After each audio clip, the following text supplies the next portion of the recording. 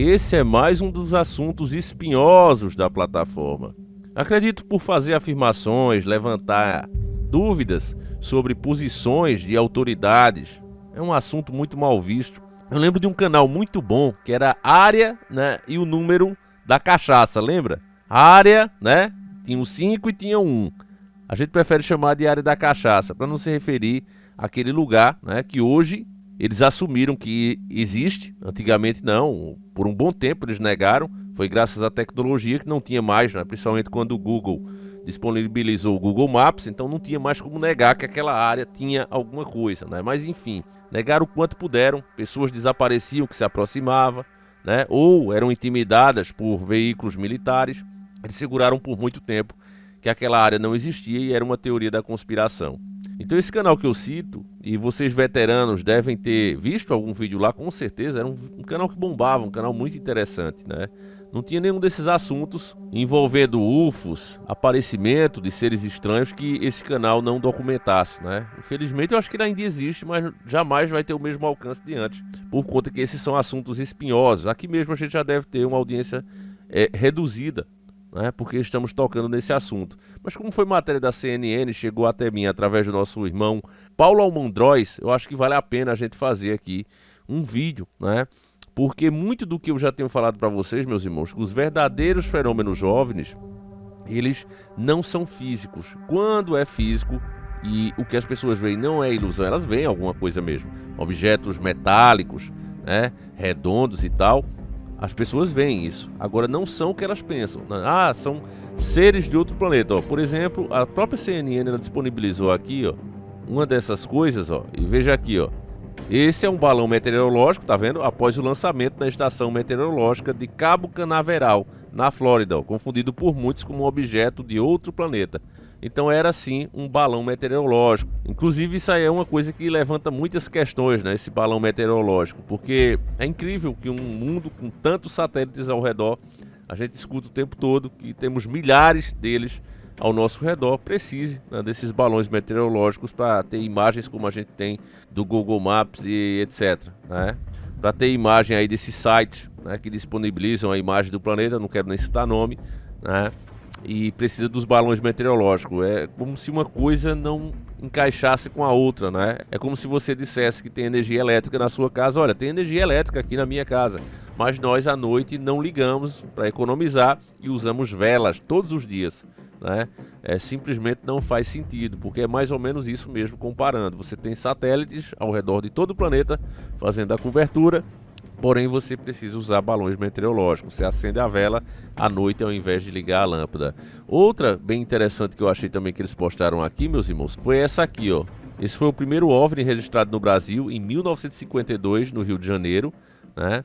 E foi uma das imagens reveladas pelo Arquivo Nacional. Se a gente der uma olhada em outras imagens, a gente encontra essa outra aqui, que já foi no Novo México, né, nos Estados Unidos, e para muitos um balão meteorológico também, né, já naquela época, mas para algumas pessoas era uma nave. Agora olha, sabe o que é interessante, meus irmãos? Aqui, no caso Roswell, né, que é um caso muito famoso, para os ufólogos já é um dos casos comprovados da existência e tal, mas olha que interessante, meus irmãos, aqui, ó. Você vê mesmo, né, pendurado por um guindaste.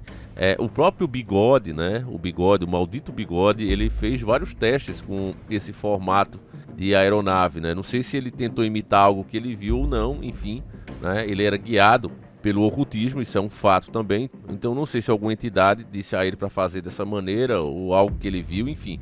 Então ele fez, só que perceberam que não fica estável, né? Mesmo eles colocando, né? E eles eram inclusive muito tecnológicos, eles colocaram a máxima tecnologia que tinham nesses objetos, nessas naves, mas viram que ela fica instável, né? Quando começa a acelerar aqui na atmosfera, começa a balançar muito e você perde o controle, então não deu muito certo, né? É provável inclusive que alguns desses caíram, né? Esse, por exemplo, foi divulgado, né, pela Força Aérea Americana em 24 de junho de 2023, né? E diz que é uma sonda espacial, a Voyager Marte, antes do lançamento na base aérea Walker, né, Novo México. Anteriormente a Roswell, como parte do seu relatório sobre o chamado incidente Roswell de 1947. Americanos acreditam que a imagem pode ter gerado os rumores, né? Então eles acham, estão dizendo, olha, o caso Roswell na verdade era nós mesmos aqui com as sondas, né? E eu acho que é bem por aí mesmo, família, porque o objeto mesmo até agora, quando vai atrás, quando a pessoa investiga, quando a pessoa é curiosa e quer saber mesmo, não, mas espera aí, vamos ver isso, vamos tentar arranjar isso com uma imagem de qualidade, é uma coisa que eu vejo muitos inscritos aqui que pensam, né, e é por isso que eu fico muito satisfeito de estar na frente desse canal, porque eu vejo o comentário de vocês e muita gente diz, Davi, por que é que nunca se tem uma imagem boa disso aí? Sempre é a mesma coisa, aquela imagem ruim, mesmo uma evolução, né, dos celulares e tal. Hoje está tudo mais moderno e mesmo assim, com o perdão da palavra, se você estiver com medo, nós só temos imagens cagadas, né? Essa é que é a verdade. Mas vamos lá conferir aqui a dica do nosso querido irmão Paulo Almandróis, né? Uma dica muito interessante, fora da caixa. Então vamos lá, matéria 17/5/2025, está na fonte segura de informação, tá certo? YouTube, na CNN. Nós não estamos aqui inventando, não estamos aqui com um chapéu de alumínio, né? Como eles gostam de dizer. O ex-oficial de uma agência de inteligência, que eu não vou dizer o nome, né? Mas o nome dele era Luiz Elizondo, que chefiava o programa de identificação de ameaças aeroespaciais avançadas, a ATIP, dos Estados Unidos. Ele defende em seu livro uma teoria sobre o que faria objetos voadores não identificados aparecerem com maior frequência em certas áreas do planeta. Em Iminente, os bastidores da caçada da agência a OVNIs, o norte-americano explica que agora chamados de fenômenos anômalos não identificados, o APS na sigla em inglês, são atraídos por dois fatores específicos, a atividade nuclear e grandes porções de água. Olha aí, meus irmãos, a água e a espiritualidade. Eu não sei se vocês já ouviram, mas existe até uma teoria que lá no Triângulo das Bermudas existia e existe muitos avistamentos de OVNIs e que muitos saíram de dentro da água. Mesmo as pessoas mergulhando, tentando encontrar alguma coisa nas profundezas do mar daquela área, nunca foi encontrado nada. Essa é que é a verdade, né? Nenhuma base e tal. Acredita-se, inclusive, criou-se essa teoria que algum portal deve se abrir. Alguma coisa extradimensional se abre e usa a água como condutor, não que esteja de fato ali. Eu não sei se vocês já assistiram algum filme sobre o Triângulo das Bermudas, né? Principalmente séries como Além da Imaginação, mostrava isso, a pessoa se teletransportando para outras épocas, outros mundos literalmente, né? Passando por ali. Então acredita-se, e essas teorias são bem fortes, porque eu já vi inclusive um aviador falando que ele vinha com o avião dele com pouquíssimo combustível, né? E de repente ele apareceu em uma zona, depois de passar por uma turbulência no Triângulo das Bermudas, sobrevoando, ele apareceu muitos quilômetros, centenas de quilômetros à frente, sendo que era impossível, né? O tempo que ele demorou ali atravessando, ele jamais estaria naquele local e muito menos o combustível dele seria suficiente. Então o cara testemunha isso, você vê que não é um cara que está mentindo, né? Tem inclusive os relatórios de voo. É uma zona realmente muito estranha, né? E se a pessoa tenta procurar algo físico ali, dificilmente vai encontrar, meus irmãos. Apenas acha o que todo mundo viu, né? O que a própria ciência já foi tentar comprovar. Acha acidentes acontecendo o tempo todo com muita frequência, sem motivos aparentes. Nada que possa explicar as coisas estranhas que são vistas ali. Inclusive já teve navios dizer que enxergaram navios antigos, aqueles barcos de piratas e tal, né? Com velas e tudo. Época das caravelas ainda, que os barcos navegavam com as forças dos ventos, já ter visto naquelas regiões também, como se de fato tivesse um portal mostrando o tempo antigamente, ou aquela coisa tivesse perdida por lá. É muito interessante, meus irmãos, as teorias que tem, aí vai da pessoa, né, se acredita ou não. O outro ponto que a gente já falou disso aqui, inclusive tinha um canal, né, na história que falava disso, que falava dos Anunnakis, era a teoria do astronauta antigo, mais ou menos isso, né? Que tudo praticamente eles diziam, olha, foi os aliens e tal. Era bem interessante aquele programa, né? Depois começaram a viajar demais, o apresentador começou a botar o cabelo lá pra cima pra ficar uma coisa de louco mesmo, né? É assim que a mídia faz, mas enfim.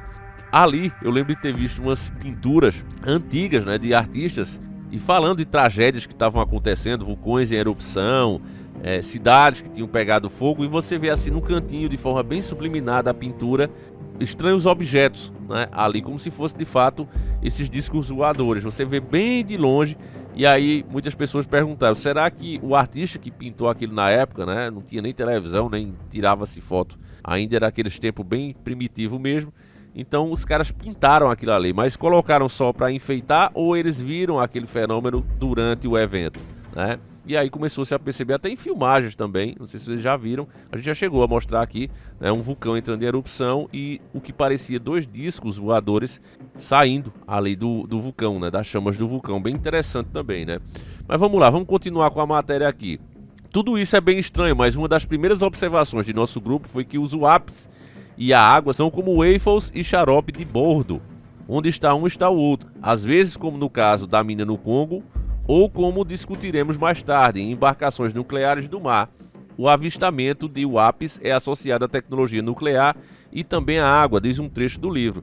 Diz inclusive, né, meus irmãos, que Cristóvão Colombo também, ele foi guiado por essas coisas que saíam do mar também, né? Luzes brilhantes que guiavam a direção quando ele já se sentia perdido, que não ia conseguir chegar a lugar nenhum, né? Inclusive ele já tinha perdido caravelas e achava que não ia conseguir, né, dar a volta. É bem interessante, quando a gente olha para a história, né?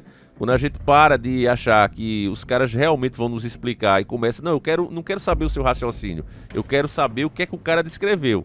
Se você for atrás, né, da história, pelos próprios historiadores que viveram aquilo na época, os próprios caras que relataram, você vai ver que é diferente do que colocaram no seu livro para você estudar. O que você tem nos livros, meus irmãos, é mais ou menos o que a mídia faz, o que a gente todo dia aqui faz a limpeza, né? Eles fazem um comentário sobre a notícia com a opinião deles. Não mostra, olha, foi isso que aconteceu e eu penso assim, como nós fazemos aqui, né? Eu primeiro estou mostrando aqui exatamente como eles escreveram. E vou dando a minha opinião, você concorda se você quiser, você pode ter a sua. Mas eu penso assim, por outras coisas que eu já vi e pelo que eu estou lendo aqui, certo? Eu acho que essa é a maneira correta de você dar opinião. Todo mundo tem sua opinião sobre qualquer coisa, mas você não pode misturar ela com os fatos. Então, não, essa questão de espiritualidade é bobagem, a gente tira dos livros. Ora, mas é a parte mais importante que esses caras que fizeram esses grandes feitos no mundo, na história mundial, relatam, e os caras simplesmente... Como Alexandre o Grande diz até que enfrentou. Se você procurar, você vai encontrar. Ele diz que enfrentou dragões. Os caras, não, tira isso aí que é bobagem. É um absurdo, né? Mas vamos lá. Coincidentemente, toda vez que um reator nuclear derreteu ou uma catástrofe ocorreu, testemunhas avistaram os WAPs nos arredores dias ou meses depois. Aí ele dá alguns exemplos aqui, ó. Trilly, Millisland, Chernobyl, Fukushima, serviram como imãs para o ápice, afirma o ex-policial em outras passagens. E aí, meu irmão, a gente lembra da Bíblia também, né? Que tem anjos nos guardando, né? Esses objetos brilhosos, será que não são de fato entidades e que possa ser anjos, né? É uma boa pergunta a se fazer. E justamente por eles estarem ali intercedendo por nós, é que a coisa não foi pior, né? Não se espalhou pelo mundo. É uma coisa a se pensar. Ao longo das páginas, Elizondo apresenta uma teoria que justificaria essa coincidência. Não é raro que OVNIs sejam avistados carregando água, ainda que nunca sejam vistos com propulsores ou qualquer elemento motor similar usado pelos humanos. A teoria desenvolvida pelo engenheiro Harold Halputoff, uma figura lendária do serviço de inteligência e nos círculos governamentais, conforme descreve o livro, é de que eles são capazes de fazer uma fissão nos prótons de hidrogênio presentes na água. Isso justificaria a quantidade de energia necessária para fazer os OVNIs voarem, sobrepondo-se às regras e leis físicas da Terra. Isso aqui a gente já comentou também em vídeos, né, que as performances que esses OVNIs fazem não é uma questão assim de você ter uma tecnologia avançada, refinada. Não é essa a questão. Simplesmente não dá para fazer pelas leis da física. Então, eles podem ser uma existência física, mas não como a gente conhece, uma física como nós conhecemos. Teria que ser uma coisa muito mais avançada, inclusive na sua estrutura também. Sabe, meus irmãos? Porque hoje você vê, a ciência cada vez mais ela tenta desenvolver metais mais resistentes, né? Uma tecnologia mais duráveis para fazer essas viagens, etc. Mas não se trata disso, mesmo que você tenha o melhor, tem um limite que a própria existência, o mundo, impõe, né? Que são as leis da física. E essas coisas, elas se dividem em várias partículas, depois se unem de novo em uma só, mudam seus formatos, né? É totalmente diferente, desaparecem, aparecem de novo, aceleram assim de formas absurdas e freias, é totalmente diferente. Então o AATIP chegou inclusive a desenvolver o plano de uma operação que funcionaria como isca para atrair, capturar e estudar o ápice. A ideia era reunir muitos equipamentos militares movidos a energia nuclear e com ogivas atômicas em um ponto, na costa leste dos Estados Unidos. O plano para a operação intruso era usar um porta-aviões nuclear como isca. Escolheríamos um ponto no Atlântico para deixar uma pegada nuclear gigantesca, irresistível para nossos amigos de fora da cidade. como passaram a ser chamados: porta-aviões, destroyers, mísseis com capacidade para ogivas atômicas e submarinos nucleares, todos no mesmo local em um grande corpo de água. A armadilha seria posicionada, a água e equipamentos nucleares, uma combinação irresistível a eles, né? Então veja, eles estão muito preocupados com o que os seres humanos andam fazendo, então você vê que há inteligência neles, né? As agências parceiras esconderiam dispositivos de coletas de dados ao redor. Quando os UAPs aparecerem para investigar nossas manobras, a armadilha se fecharia e concentraríamos todos os nossos ativos de inteligência para coletar dados, diz outro trecho do livro. Iminente, os bastidores da caçada do Pentágono a OVNIs, em um livro que retrata a jornada de Luiz Elizondo no comando da AATIP, do Departamento de Defesa dos Estados Unidos. Publicado no Brasil pela editora HarperCollins e lançado em abril, ele traz detalhes sobre os estudos conduzidos pela equipe de Elizondo e seus esforços para dar visibilidade ao tema, que ainda enfrentava fortes pressões motivadas pela religião e pelas empresas norte-americanas do setor aeroespacial. Interessante, eu acho que o livro vale a leitura, né, meus irmãos? Mas eu não acho bem que isso é uma coisa física, não. Veja, se a gente parar para pensar, se são alienígenas, né, altamente equipados e tal, aí eles já sabem então que vários lugares do universo tem água, né? Não precisava vir aqui especificamente para pegar água, né? O tempo todo eles falam que tal lua tem água, tal lugar tem água, e as águas podem ser muito mais puras do que a daqui, muito mais concentradas e etc. Então não é pela água. Se eles são tão inteligentes assim, meus irmãos, com certeza teriam, né, equipamentos aí de escuta para traduzir também. Se eles são tão tecnológicos assim também, né, tão avançados tecnologicamente, se tudo que a gente vê que desafia as leis da física é obra apenas de tecnologia e não seres que vêm de outra dimensão, eles deveriam ter algum tipo de scanner, né, tipo de sonda, que não precisasse a presença física deles ali, de longe eles conseguissem saber o que é que está havendo, né? Eu não sei se vocês já viram, isso passou na Rede Podre de televisão, há muitos anos atrás, se eu não me engano, no Fantástico. Mostrou um equipamento que os detetives particulares, porque eles existem, inclusive aqui no Brasil, né? A mulher rica às vezes está desconfiada que o marido está traindo ela, então coloca um detetive. E aí o cara mostrando como é que ele fazia o trabalho dele. O cara tinha um equipamento, família, que eu não lembro agora se era 1 ou 2 quilômetros o raio de extensão dele, mas o cara colocou aquilo ali e tinha duas mulheres conversando longe. A vista se sumia, 2 pontinhos lá na frente conversando, e ele apontou aquele aparelho, né, para as duas mulheres, e a gente ouvia a conversa como se ela estivesse dando a entrevista. Aí depois eles foram lá, né, e aí começou a falar exatamente o que ela falava, e a mulher ficou chocada, inclusive aborrecida. Olha, você estava me ouvindo, você estava me espionando, você estava me escutando, como é possível isso? E aí ele explicou, não, é uma reportagem que a gente está fazendo, e mostrou. E cara, isso estava na mão de um detetive particular. Aí eu pergunto, o que essas agências têm na mão dela, né? Raciocine comigo nisso. O que eles têm na mão deles, que não é divulgado para nós, a gente já sabe que deve ser estupendo. Porque se um detetive particular tem isso em mãos, imagina o que as agências têm. Esse é o primeiro ponto. O segundo é, se as agências têm algo muito superior, o que teria uma civilização que consegue desafiar as leis da física? O que é que esses caras teriam em mãos? Será que eles precisariam de algo tão primitivo como ir lá em Tuia, né? Serem atraídos como, sei lá, formigas? É muito estranho, meus irmãos. A gente vê aí que há algo a mais aí, né? Algo a mais aí que, justamente por muitas pessoas terem uma opinião formada sobre coisas, elas não questionam. Eu vejo por esse lado, meus irmãos, mas eu digo a vocês que eu não teria problema nenhum se de fato isso aí fosse uma civilização. Não teria problema nenhum. Não sentiria minha fé diminuída, nem nada do tipo. Por mim, tava de boa. O que eu não gosto realmente, principalmente na ufologia, é essa forçação de barra, né, em chamar isso de tecnologia.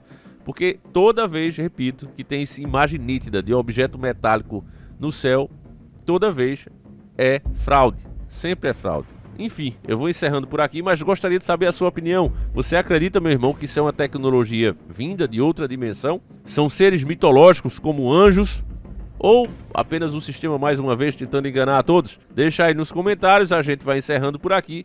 Não esquece do Velho Diário do Davi, tá prestes a sair a nossa atualização com histórias literalmente cabeludas, meus irmãos, que jamais puderam ser ditas aqui, vai estar lá, tá certo? Então vou encerrando, fiquem com Deus, um abraço e nós seguimos juntos. Fui!